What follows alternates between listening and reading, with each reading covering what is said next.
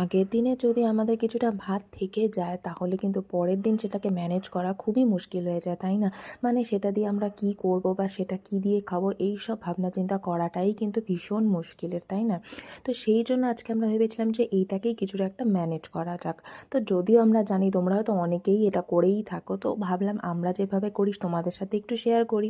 তো তার জন্য দেখো এখানে কিন্তু আমরা যেই ইনগ্রেডিয়েন্টসগুলো লাগবে সেগুলো রেডি করে নিয়েছিলাম। যেমন এখানে সবজির মধ্যে আমরা আলু, গাজর, পেঁয়াজ এগুলো সব আমরা ডুমো ডুমো করে কেটে নিয়েছি, সাথে কাঁচা লঙ্কা কুচি তো আছেই।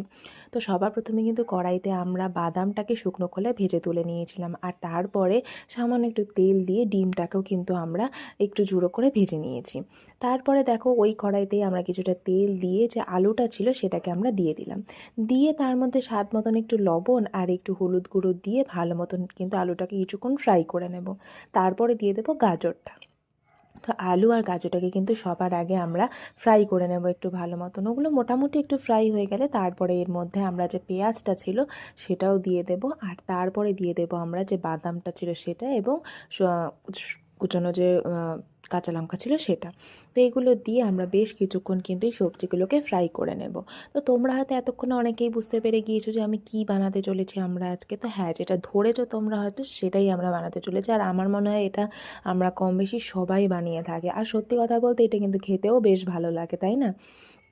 তো দেখো আমরা কিন্তু সবজিটাকে ভেজে এর মধ্যে সামান্য কিছু মশলা, যেমন খুব সামান্য জিরে গুঁড়া, খুব সামান্য একটু লঙ্কা গুঁড়ো দিয়ে দিয়েছিলাম। তাতে কিন্তু টেস্টটা আরও বেশি ভালো হয়। তারপরে এগুলো ভাজা ভাজা হয়ে গেলে এর মধ্যে যে আমাদের ভাতটা ছিল সে ভাতটা আমরা দিয়ে দেবো, দিয়ে বেশ কিছুক্ষণ এটাকে ফ্রাই করে নেব। নিয়ে আর তারপরে আর তেমন কিছুই না, যে আমরা ডিমটাকে ভেজে রেখেছিলাম সেই ডিমটা দিয়ে দিতে হবে।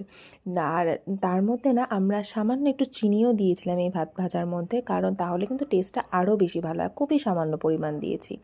দিয়ে তারপরে শেষে ডিমটাকে দিয়ে একটু নাড়িয়ে চাড়িয়ে ভেজে নিলেই কিন্তু আমাদের এই ভাত ভাজাটা একদম রেডি।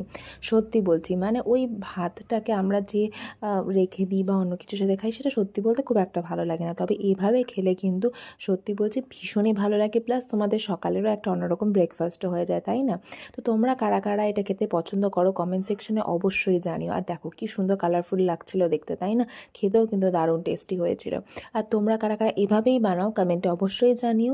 আর যদি এখনও কেউ বানিয়ে না থাকো তাহলে বলবো খুব তাড়াতাড়ি বানাও, খেতে কিন্তু খুবই ভালো লাগে।